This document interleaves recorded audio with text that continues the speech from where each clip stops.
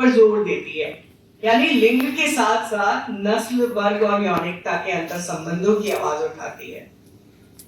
Kimberley क्रशो ने इस शब्द को गढ़ा था जो बताता है कि काली महिलाएं दोहरी उत्पीड़न का शिकार होती है।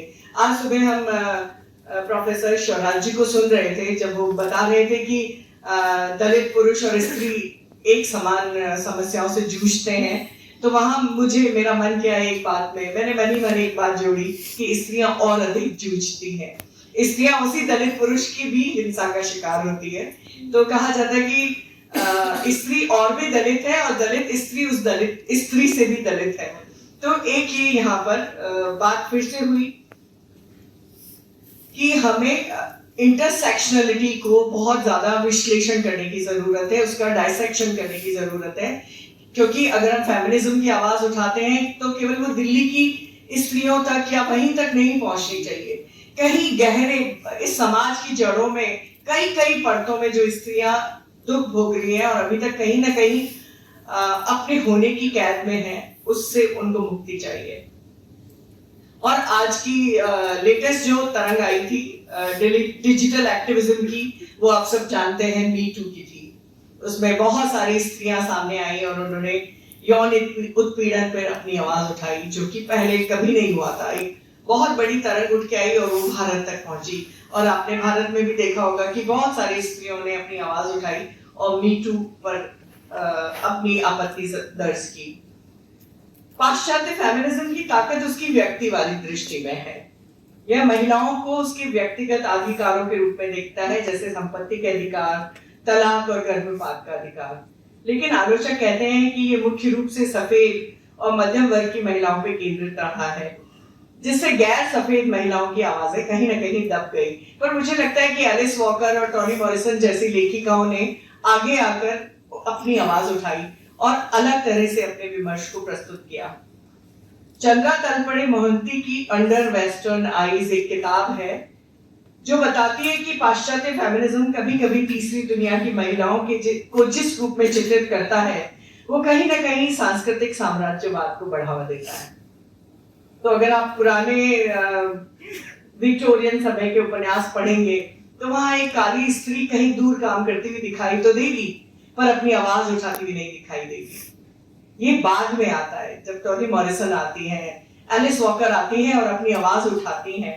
एक आपने फिल्म देखी और उपन्यास पढ़ा और द ब्लूएस्ट आईज, कि उसमें कैसे वाइट मेल्स के उत्पीड़न का शिकार काली स्त्रियां हुई और जो बच्चे पैदा हुए वो ऐसे थे कि जो काले थे लेकिन उनकी आंखें नीली थी। उस पूरी समस्या पे, उस पूरी एक जो पीढ़ी गुजरी थी नीली आंखों वाली काले बच्चों की, उस पर टोनी मॉरिसन ने एक उपन्यास लिखा। उसको पढ़ेंगे तो आपके रोंगटे खड़े हो जाएंगे कि कैसे बहुत मॉडर्न होके भी पाश्चात्य समाज में उन नीली आंखों वाले बच्चों को क्या कहा जाता था। अब आते हैं भारतीय विमर्श की ओर। और जैसा कि मैंने कहा कि भारतीय स्त्री विमर्श की जड़ें प्राचीन काल में है। पंचकन्याओं का जिक्र हुआ, मीरा का जिक्र हुआ, अंडाल का, कमलादेवी का जिक्र हुआ। मैं जिनका जिक्र करना चाहती हूँ वो मुझे जो सबसे ज्यादा याद आती है, सीमांतरी उपदेश की वो अज्ञात लेखिका, जिन्होंने बहुत ही कटाक्ष करते हुए पुरुषों पे, और इतना ऐसा वो किताब है कि उसको आज भी पढ़ेंगे तो आपके रोंगटे खड़े हो जाएंगे। और उसमें ऐसे ऐसे कटाक्ष और ऐसी ऐसी बातें की हैं। बस मुझे ये अफसोस होता है कि शायद अभी तक उनका नाम नहीं पता चल सका। लोग कयास जरूर लगाते हैं। रामेश्वर राय जी हैं, सीमांतरी उपदेश की लेखिका को लेके कयास लगे हैं। क्या कोई सॉलिड हमारे तक उसका नाम आया है क्या? अनुमान ही है जी, हरदेवी नाम आ गया। हरदेवी हरदेवी कहते हैं, कुछ लोगों ने एस्टेब्लिश किया है, पर हरदेवी नहीं थी। नहीं क्योंकि हरदेवी की भाषा और सीमांतरी उपदेश की भाषा बहुत अलग है। अभी के रिसर्च जो रमन सिन्हा के हैं और चारू इनके हैं, वो सब उसी पे हैं। तो अच्छा है अगर कोई नाम एस्टेब्लिश होता है। और ये जो सीमांतरी उपदेश रचना है फेमिनिज्म के जन्म के बहुत पहले की है, लेकिन आज के नजरिए से इसको आरंभिक फेमिनिस्ट टेक्स्ट ऑफ इंडिया माना जा सकता है। यह स्त्री शिक्षा, विधवा जीवन, बाल विवाह जैसी कुरीतियों पे सवाल उठाती है और स्त्रियों को मुक्त आकाश में उड़ने की प्रेरणा देती है। आधुनिक रूप जो अगर हम कहें कि स्त्री विमर्श का और स्त्री संदर्भों का आया, तो सामाजिक सुधार आंदोलनों के साथ आया। मैं हमेशा कहती हूँ कि जब स्त्री की आजादी में कहीं ना कहीं पुरुष भी साथ आ खड़े होंगे तो निश्चित तौर पे बात बड़ी होगी। तो जब राजा राम मोहन राय आए, ईश्वरचंद्र विद्यासागर आए, उन्होंने विधवा पुनर्विवाह को स्थापित किया, कानूनी मान्यता दिलाई, तब इस समाज में बहुत सारे बदलाव आपको दिखाई दिए होंगे। लेकिन सच्चा स्त्री विमर्श स्वतंत्रता संग्राम में महिलाओं की भागीदारी से उठा। सावित्रीबाई फुले, जिन्होंने लड़कियों की शिक्षा के लिए अपने जान लगा दी और उन्होंने स्कूल खोले, अपना तन मन धन दिया और दलित महिलाओं के अधिकारों की बात की। इसी तरह कमला देवी चट्टोपाध्याय और सरोजनी नायडू, जिन्होंने राजनीतिक आंदोलन में अपनी भूमिका तो निभाई ही, साथ में उन्होंने किताबें भी लिखी जो आज हमारी खाती हैं। स्वतंत्र भारत में स्त्री विमर्श ने नई दिशा दी। अगर हम जाए 1970 और 80 के दशक में, तो महिला संगठनों जैसे ऑल इंडिया वुमेन कॉन्फ्रेंस, मानुषी पत्रिका, और इन्होंने दहेज, हत्या और घरेलू हिंसा जैसे मुद्दों पे बात उठाई। भारतीय फेमिनिज्म की खासियत अगर मैं कहूँ तो उसकी इंटरसेक्शनलिटी ही है। यहाँ लिंग ही नहीं, जाति, वर्ग, धर्म और क्षेत्रीयता हमेशा साथ आके खड़े होते हैं, क्योंकि भारतीयता का अर्थ ही विविधता है। तो यहाँ पर फेमिनिज्म की जरूरत भी विविधता के तौर पे ही पड़ती है। उदाहरण के लिए दलित फेमिनिज्म, जो शैलेश्वरी रामचंद्रन और कृपा शांडिल्या जैसे विचारकों से जुड़ा हुआ है, जो बताता है कि दलित महिलाएं दोहरे उत्पीड़न की शिकार होती हैं। पितृसत्ता तो है ही, साथ में जातिवाद भी है। मुस्लिम महिलाओं के लिए ट्रिपल तलाक का मुद्दा और आदिवासी महिलाओं के लिए भूमि अधिकार की बात करते हैं। कई बार लगता है कि भारतीय फेमिनिज्म पाश्चात्य फेमिनिज्म से प्रभावित है। इसे फेमिनिज्म के पश्चिमीकरण की तरह से देखा जाता है और ऐसा करने में हम इसे राष्ट्रीय संस्कृति से कहीं ना कहीं अलगाव की दृष्टि से भी देखें। अरे वो तो फेमिनिस्ट है, वो हम भारतीयों की तरह से नहीं सोचती।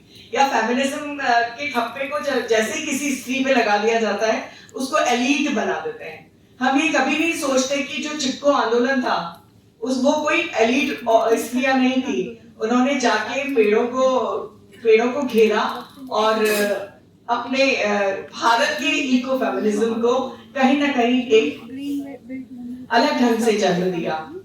आज डिजिटल प्लेटफॉर्म पर माय लॉइटर जैसे अभियान चल रहे हैं। अगर आप सब उससे माय लॉइटर आपको पता है? माय लॉइटर नहीं पता। मुंबई की 3 लड़कियां हैं, उन्होंने एक किताब लिखी है कि हम सब लड़कों की तरह, जैसे लड़के टपरी पे जाके चाय पीते हैं, सिगरेट पीते हैं और घूमते हैं, उन्हें डर नहीं लगता आधी रात को। तो इन 3 लड़कियों ने एक आंदोलन शुरू किया कि हम मुंबई की सड़कों पे आधी रात को घूमेंगे और उसी आजादी से घूमेंगे। ये भारतीय समाज जहाँ पे सिखाया जाता है कि लड़कियों और महिलाओं को बिना काम के सड़कों पे नहीं निकलना चाहिए, रात को बाहर नहीं निकलना चाहिए, अकेले नहीं घूमना चाहिए, अगर कुछ हुआ तो तुम्हारी गलती है।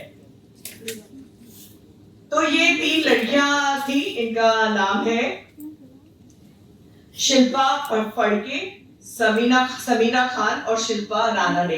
इन 3 लड़कियों ने why loiter, women and risk on Mumbai street करके एक किताब लिखी है। अगर आप सबको कहीं मिले तो इस किताब को जरूर पढ़ना।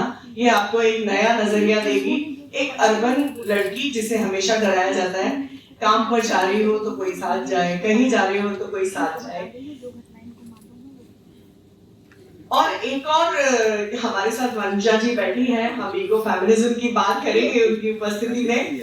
और वनिजा जी ने हिंदी में इको फेमिनिज्म और साहित्य का पारिस्थितिक दर्शन इस पे किताब लिखी है। और जो पारिस्थितिकी है, इकोलॉजी है, उसका एक हिस्सा है इको फेमिनिज्म।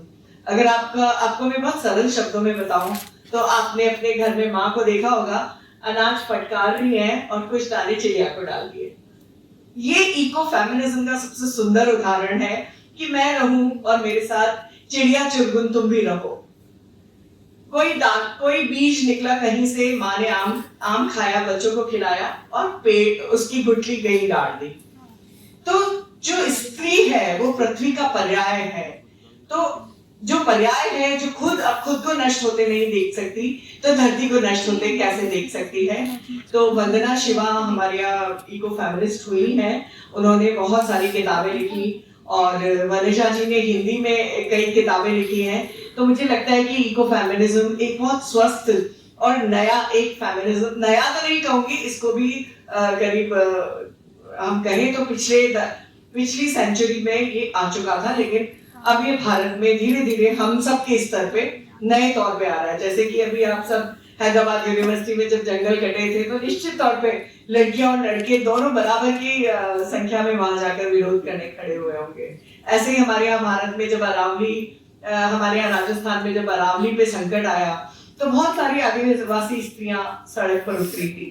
तो मुझे लगता है कि स्त्रियां हैं जो धरती को एक अलग तरह से समझती हैं और उसको बचाने में अपना योगदान देती हैं। वंदना शिवा का एक कोटेशन है, वो मैं बोलना चाहूंगी। हम या तो ऐसा भविष्य बनाएंगे जहां महिलाएं पृथ्वी के साथ शांति बनाने का नेतृत्व करेंगी, या फिर हमारे पास कोई भविष्य होगा ही नहीं। तो अगर हमें धरती बचानी है तो सबसे पहले हमें महिलाओं को और महिलाओं को के साथ इस धरती को बचाने की कवायद में जुटना होगा। सच पूछिए तो स्त्री विमर्श कोई आयातित विचार नहीं है, जैसा कि हम हमेशा कह देते हैं पश्चिमी आयातित विचार है, बल्कि एक वैश्विक संघर्ष है जो स्थानीय रंगों में रंग जाए तो ज्यादा बेहतर है। भारत और पश्चिम दोनों में ये महिलाओं को सशक्त बनाता है, लेकिन सफलता तभी मिलेगी जब हम इंटरसेक्शनल दृष्टि अपनाएं। हम हर वर्ग, हर भेद, हर परत, मध्यम वर्ग है उसकी कितनी परतें हैं, गिनने में नहीं आती, इतनी परतें हैं, ऐसा इतना मध्यम वर्ग की लेयर्स है। तो हर स्तर पे जाके, हर सेक्शन के साथ जाके जब इस स्त्री विमर्श के मुद्दों को उठाया जाएगा, उनकी समस्याओं को समझा जाएगा, तो बहुत ही अलग सी बात है कि राजस्थान में जहां पर्दा प्रथा है, वही मुझे याद है कि मैं साउथ के एक मंदिर में घुसी तो मैंने सर ढक लिया, तो वहां पुजारी जी ने मुझे बोला आप विधवा है क्या? मैंने कहा नहीं, तो मैंने तुरंत सर पे से पर्दा हटाया। तो दो अलग समस्याएं दो अलग जगहों पे है, खाली पर्दा और कपड़ों की ही बात नहीं, तो दो अलग संस्कृतियां हैं, तो उनकी समस्याएं भी अलग होंगी। तो मुझे लगता है कि इंटरसेक्शनल फेमिनिज्म को समझने की जरूरत है। हम सबको मिलकर ऐसे समाज का निर्माण करना पड़ेगा जहां महिलाएं न केवल समान होंगी बल्कि अपनी पूरी क्षमता से जी सकेंगी। अक्सर ये होता है कि अभी मैंने कुछ फिल्में देखी, उनमें इस बात पर विमर्श हो रहा था कि प्लीज माँ को देवी मत बनाइए, वो भी एक स्त्री है। हम माँ को उसके जो बहुत सारे त्याग हैं, माँ को त्याग की मूर्ति बना के सबसे पहले हम उसकी सारी क्षमताएं छीन लेते हैं। माँ एक स्त्री नहीं है, माँ तो माँ है। इस विषय पे मैंने बहुत सारी फिल्में देखी, बहुत सारी ऐसी लड़कों को रील्स में और पॉडकास्ट पे बोलते सुना है कि नहीं, मैं अपनी माँ को देवी नहीं बनाना चाहता, मैं नहीं चाहता माँ मेरे लिए कोई त्याग करे, मैं चाहता हूँ मेरी माँ तैयार हो, बाहर निकले और अपने लिए जिए। तो मुझे लगता है कि आज की जो जनरेशन है, मुझे आज की जो पीढ़ी है उसमें बहुत भरोसा है कि जिस हम जेंडर इक्वालिटी की बात करते थे वो इस पीढ़ी में देखने को मिलती है। जेन ज़ी जिसको कहते हैं, ये ज्यादा अच्छे से समझते हैं, भले हम इन पे कितने ही आरोप लगाए कि ये संबंधों को बहुत सरलीकरण कर देते हैं, फ्रेंड्स विद बेनिफिट, या बहुत सारी चीजें हैं जिनको आप संबंधों को, प्रेम को लेकर बहुत सारे शब्दों में लाते हैं। पर मैं ये देखती हूँ, ये जानते हैं स्त्री पुरुष की दोस्ती, एक शुद्ध दोस्ती क्या होती है। जिस चीज को लेके हम तरसते रहे, हम पूरे जीवन ये सोचते रहे कि हमने अगर किसी के साथ खड़े होकर बात कर ली तो पूरे कॉलेज में बात फैलेगी कि ये उससे बात कर रही थी, भले आप नोट्स एक्सचेंज कर रहे हो। तो मुझे कई बार आप लोगों से जलन होती है कि ये चीजें हमारे समय में क्यों नहीं थी। तो मुझे इस जेन ज़ी पे भरोसा है कि ये अपने घर की स्त्रियों को स्त्री नहीं, एक जेंडर इक्वालिटी के संदर्भ देंगे, और जेंडर इक्वालिटी के साथ जो इनके साथ में लड़कियां पढ़ती हैं वो भी उतना ही सुरक्षित महसूस करेंगी जितना कि कोई भी लड़का इनके साथ में सुरक्षित होता है। एक और बात, विमर्श को लेके हमने आज पूरे ये जितने सेशंस हैं सारे विमर्शों पे हैं। तो कई बार मुझे क्या लगता है कि हम विमर्शों पे तो बहुत बात करते हैं, लेकिन हम कभी ये नहीं देखते कि विमर्श तो वहीं ठहर गए हैं, समाज कहीं आगे निकल गया है। तो जो ये समाज जो आगे निकला है, विमर्शों को दौड़ के समाज का हाथ पकड़ना पड़ेगा और अपने आप को बदलना पड़ेगा उस विमर्श को।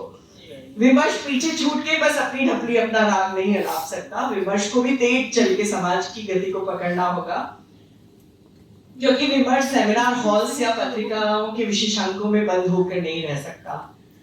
विमर्श बहुत बाह्यगामी हो गया है और मनुष्य के भीतर देखें तो एक सन्नाटा है। इसके लिए हमें आत्मिक विश्लेषण करना होगा। मुझे लगता है कि जिस दिन स्त्री विमर्श पर पूरे मंच पे स्त्रियां नहीं खाली पुरुष होंगे, उस दिन हमें फेमिनिज्म पे चर्चा करने की जरूरत नहीं पड़ेगी। धन्यवाद।